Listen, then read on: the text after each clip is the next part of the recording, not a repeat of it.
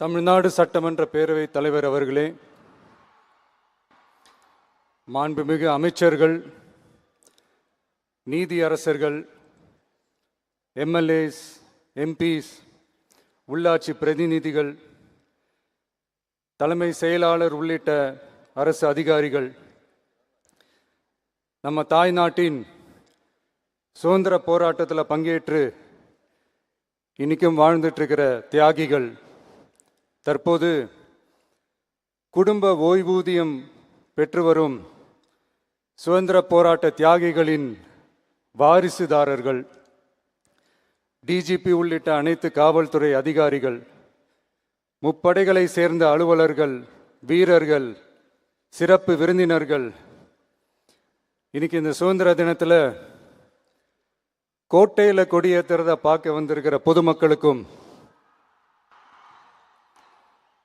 இந்த சுதந்திர தினத்தை கொண்டாடிக்கிட்டு இருக்கிற என் நெஞ்சில் குடியிருக்கும்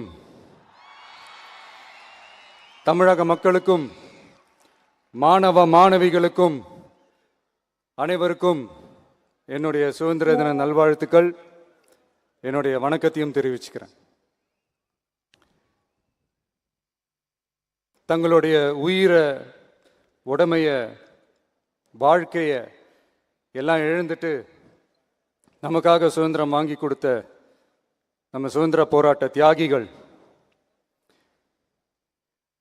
அதில் பிரபலமானவர்கள் மற்றும் பேர் தெரியாதவங்க அப்படின்னு இருந்தாலும் அவங்க எல்லாருக்கும், ஏன் அவங்க ஒவ்வொருத்தருக்கும் தனிப்பட்ட முறையில் என்னுடைய வீர வணக்கங்கள்.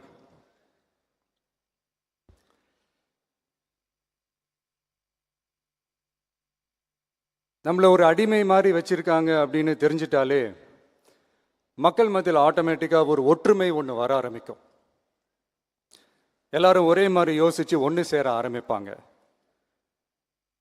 அப்படி ஒன்று சேர்ற இடத்துல தான் சாதி உடையும், மதம் உடையும், மொழி, இனம் இந்த மாதிரி எல்லாமே உடஞ்சி நொறுங்கும். அப்படி உடஞ்சி நொறுங்குற இடத்துல தான் கிடைக்கிறது தான் உண்மையான சுதந்திரம்.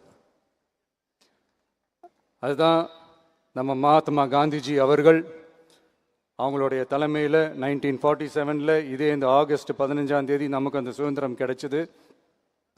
இன்னைக்கு நம்ம எல்லாரும் அந்த சுதந்திரத்தை கெட்டியாக பிடிச்சிக்கிட்டு படிப்படியாக டெவலப் ஆகி வந்துக்கிட்டே இருக்கிறோம்.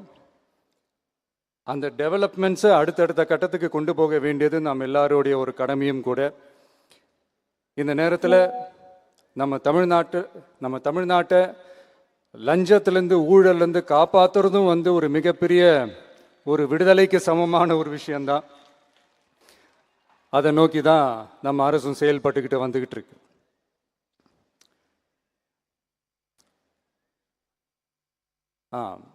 இந்த 386 ஆண்டு பழமையான இந்த கோட்டையில் இங்கே மேலே ஏறி வந்து இந்த 80வது சுதந்திர தின நாளில் நம்ம நாட்டோட தேசிய கொடியை ஏற்றி வச்சு இன்னைக்கு இந்த விழாவில் என்னை பேசவும் வச்சிருக்கிறீங்க. அதுக்காக உலகம் முழுவதும் இருக்கிற என்னுடைய தமிழ் சொந்தங்களுக்கும், தமிழ்நாட்டு மக்களுக்கும், ஜென்சி இளம் சிங்கப்படை தோழர்களுக்கும் என்னுடைய மனமார்ந்த நன்றியை தெரிவிச்சுக்கிறேன். பிறப்புக்கும் எல்லா உயிருக்கும் அப்படின்ற ஒரு மிகப்பெரிய ஒரு கோட்பாட்டை அடிப்படையாக வச்சு தான் நம்ம தமிழ்நாட்டை லஞ்ச லாவண்யமற்ற போதைப் பொருள் கலாச்சாரம் இல்லாத, பெண்கள் பாதுகாப்பு, சமூக நீதி அடிப்படையில்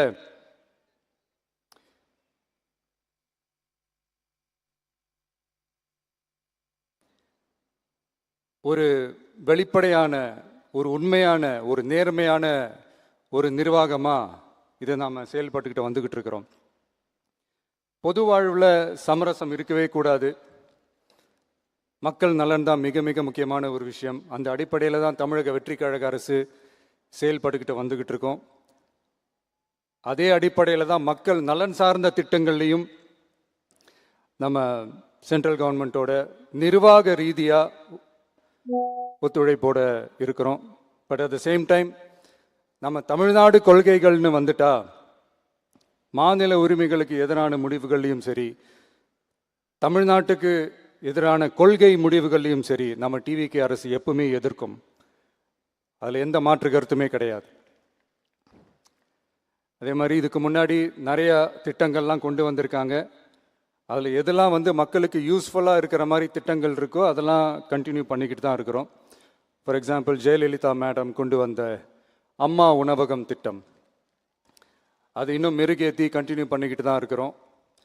அது மாதிரி காலை உணவு திட்டம், அதையும் இன்னும் விரிவுபடுத்தி 6th ஸ்டாண்டர்ட்லேருந்து 8th ஸ்டாண்டர்ட் வரைக்கும் அதையும் விரிவுபடுத்தி வர செப்டம்பர் 17ஆம் தேதி பெரியார் அவர்களுடைய பிறந்த நாள் அன்னைக்கு அதை தொடங்க இருக்கிறோம்.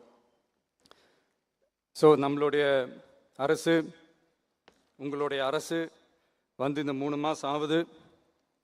இந்த 3 மாதத்தில் விவசாயிகளின் பயிர்க்கடன் ரூபாய் 5932.23 கோடி தள்ளுபடி செய்யப்பட்டுள்ளது. குறுவை சாகுபடி தொகுப்பு திட்டத்திற்கு ரூபாய் 134.83 கோடி வழங்கப்பட்டுள்ளது.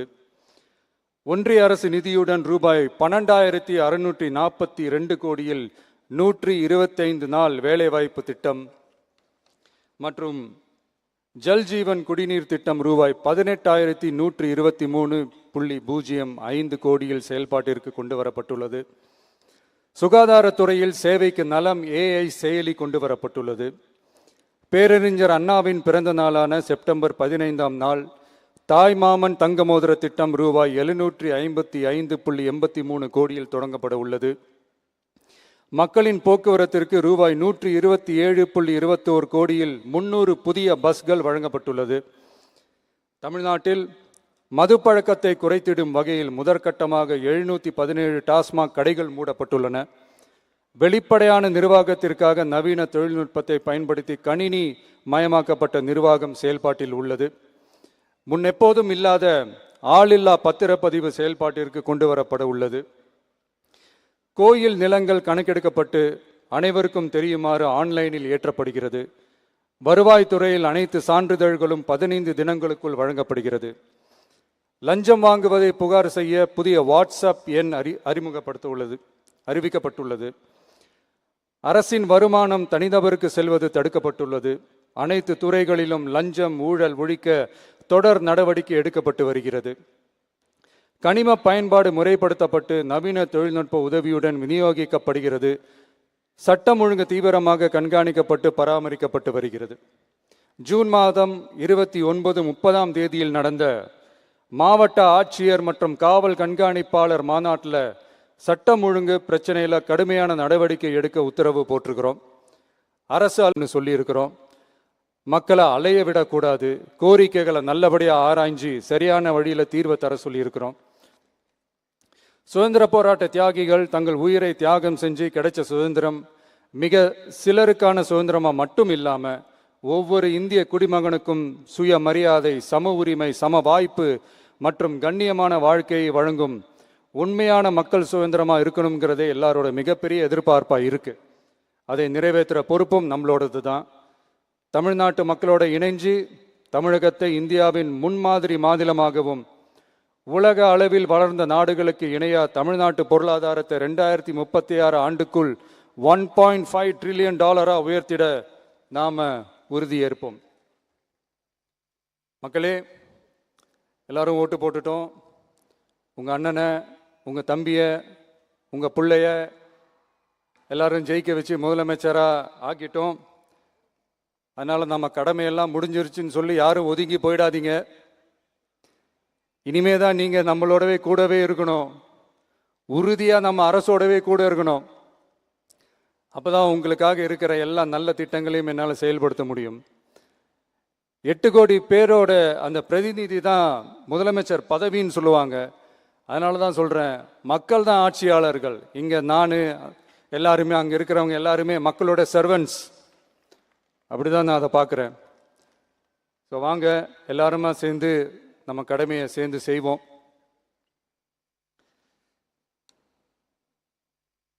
நம்ம அரசுக்கு எதிரான சக்திகளையும் சரி சதிகளையும் சரி முறியடிப்போம்.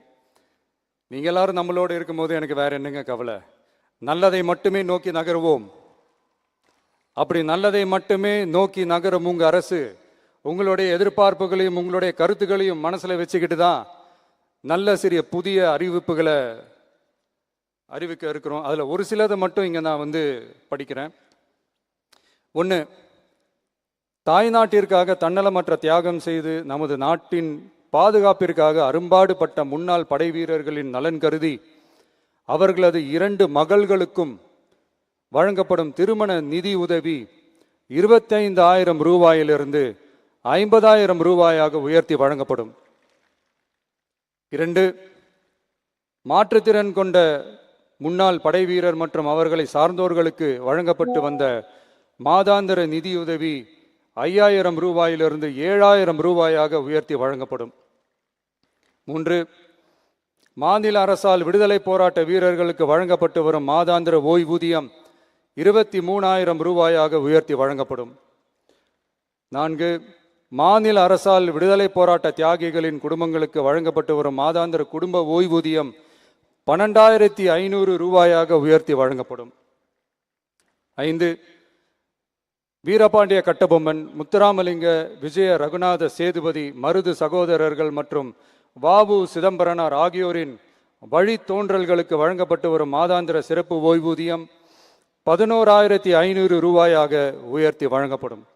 இவற்றிற்கான அரசாணைகள் அரசால் வெளியிடப்பட்டுள்ளது. I once again extend my respectful greetings and salute the people of Tamil Nadu who has broken the caste and religious considerations, rejecting money and muscle power, and gave us an overwhelming support to establish people-centric and social justice government. We are on a mission mode to achieve corruption-free government. We want our people to develop zero tolerance towards corruption. And we appeal to the officials and the people of Tamil Nadu to make our state corruption-free. இன்னைக்கு இந்த விழாவில் பரிசு வாங்க போகிற, பாராட்டுகளை வாங்க போகிற, விருதுகளை வாங்க போகிற அனைவருக்கும் என்னுடைய வாழ்த்துக்களை தெரிவிச்சுக்கிறேன். இந்த விழாவை ரொம்ப அழகாக ஏற்பாடு செஞ்ச பொதுத்துறை செயலாளர் அவர்களோடு சேர்ந்து அலுவலர்களுக்கும், காலையிலேயே இந்த ப்ராக்டிஸ் பண்ணி சிறப்பான பரேட் நடத்திய காவல்துறை நண்பர்களுக்கும், இந்த விழாவை ரொம்ப பாதுகாப்பாக நடத்திய காவல்துறை அதிகாரிகளுக்கும், ஊடகத்துறை நண்பர்களுக்கும், சமூக ஊடகத்துறை நண்பர்களுக்கும் என்னுடைய மனமார்ந்த நன்றியை தெரிவிச்சுக்கிறேன். கான்ஃபிடென்ட்டாக இருங்க, நல்லதே நடக்கும், வெற்றி நிச்சயம். மீண்டும் சந்திக்கும் வரை நன்றி, வணக்கம்.